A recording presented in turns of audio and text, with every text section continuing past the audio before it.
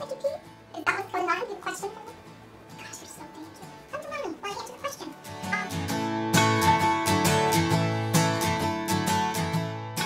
Hi guys, and welcome back to Ask Nikki P. I'm going to jump into today's question. Hi Nikki, I recently just started college and found myself in a rut with my family life. Recently I found myself becoming more introverted and depressed at home. My parents get angry because I don't talk, but I don't feel like I can talk to them. I'm very shy about expressing my feelings and tend not to. My best friend and I just had a falling out and I'm feeling more and more sad every day. Any advice? Okay, so this may not answer your question at all, but I'm going to answer something that kind of relates to me. That just sounded very narcissistic, but I think this will hopefully be semi-helpful. So I have found in my life, do you want down, baby girl? Why are you crying? Sorry. I have found in my life that a lot of the times when I feel like depressed or really sad, it's because I'm not really expressing myself doing something that I really, really love. And I don't really know how to word that without sounding artsy-fartsy because I think this is actually a legitimate thing. There's this Albert Einstein quote, and he said that everybody is a genius at something, but if you try to make a fish climb a tree, it's not gonna happen. And I honestly think that we are all made for something and we are all good at something. And I am not talking just about career stuff or school stuff or, you know, the men work and the moms are the wives, or being a mommy or whatever. I mean, it's kind of everything. It kind of runs that whole gamut. There is something in life that everybody is good at and everyone has like a heart for and a passion for.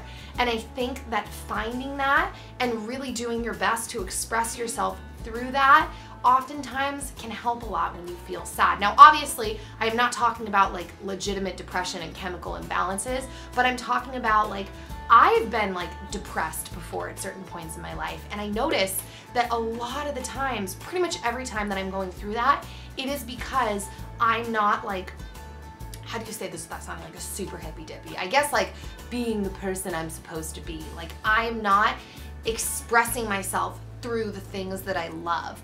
And I find that when I am doing that, I feel so much more alive and passionate and excited about life, and like life has purpose to me when I'm really expressing myself and doing what I feel like I was made to do. Then I'm like, man, life is amazing. But I feel like in general, when we fall into patterns of doing things that other people expect us to do, or trying to do something that is someone else's like gifting or thing, we tend to feel like not as fulfilled and kind of crappy about ourselves, and nothing really feels like that worth it. And it kind of, life starts to feel kind of like, ugh, like why, you know?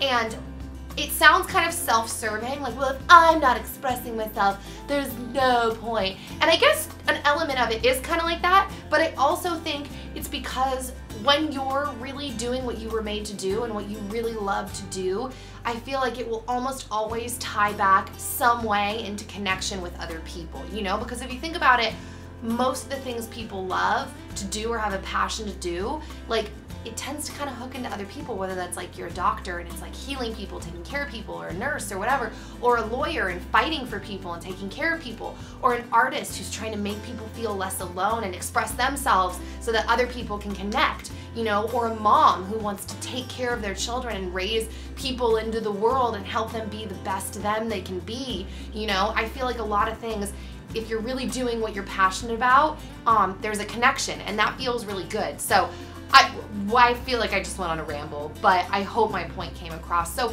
I guess my answer to you is I would spend a little time either trying some new stuff, like getting involved in some classes or clubs, things like that, or if you already kind of have a gist of some of the things that you really think you might like, I would recommend starting to kind of try those things again, getting involved in those things. And a lot of times there is kind of like a fake it till you make it, like you just walk and do it until you feel it.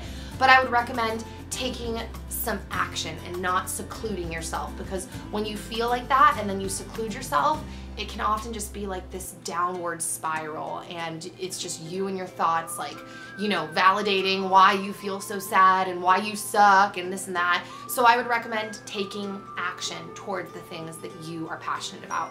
So yeah, I really hope that that was a little helpful. Now I'm going to answer the Twitter question. Let's see here.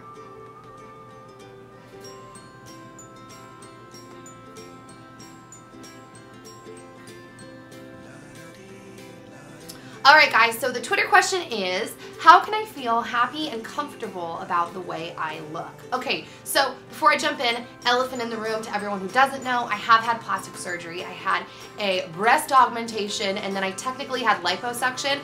Not really, but I did, and I actually made a plastic surgery video. So if you want to know kind of the whole story about that, you can go watch that. But it was basically for, I had a hip surgery that got botched, so they lipoed me, evened me up. Anyways, that has to come out first anytime I talk about like confidence or accepting yourself, because you just need to know that, I feel like. Anyways, that being said, I don't really know. I don't really have an answer for you. I will say the older I've gotten, the more comfortable I have felt with myself, and I'm not sure if it's me mentally just getting more comfortable with myself, because maybe when you get older you just aren't as nitpicky and you don't care so much about like your looks, or if it's that, you know, growing up as a kid, like it is kind of awkward as you grow into your body, like your hormones kick in, and like, you know, you might gain some weight and lose some weight and grow a little bit, and like you're kind of lanky. Like, I don't really know which one it is, but I have felt more and more secure, like I guess the older I've gotten, and I don't really have an answer for you. I will say everyone feels that way. I really don't think there's anyone on the planet that's just like, wow, I'm just so gorgeous. And they may come across that way. This is getting so bright, dude, seriously.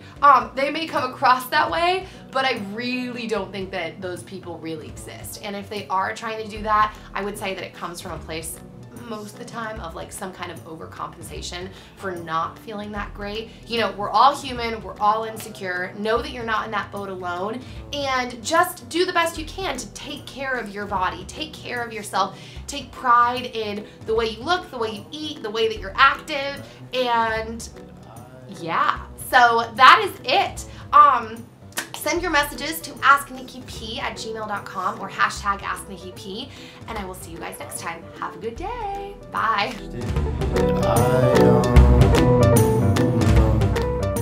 Don't see social media as like a dumping ground, or don't see social media to be something that you're just completely not, that you could just plaster up there. Like, try to let it be. It's like making an impression on people.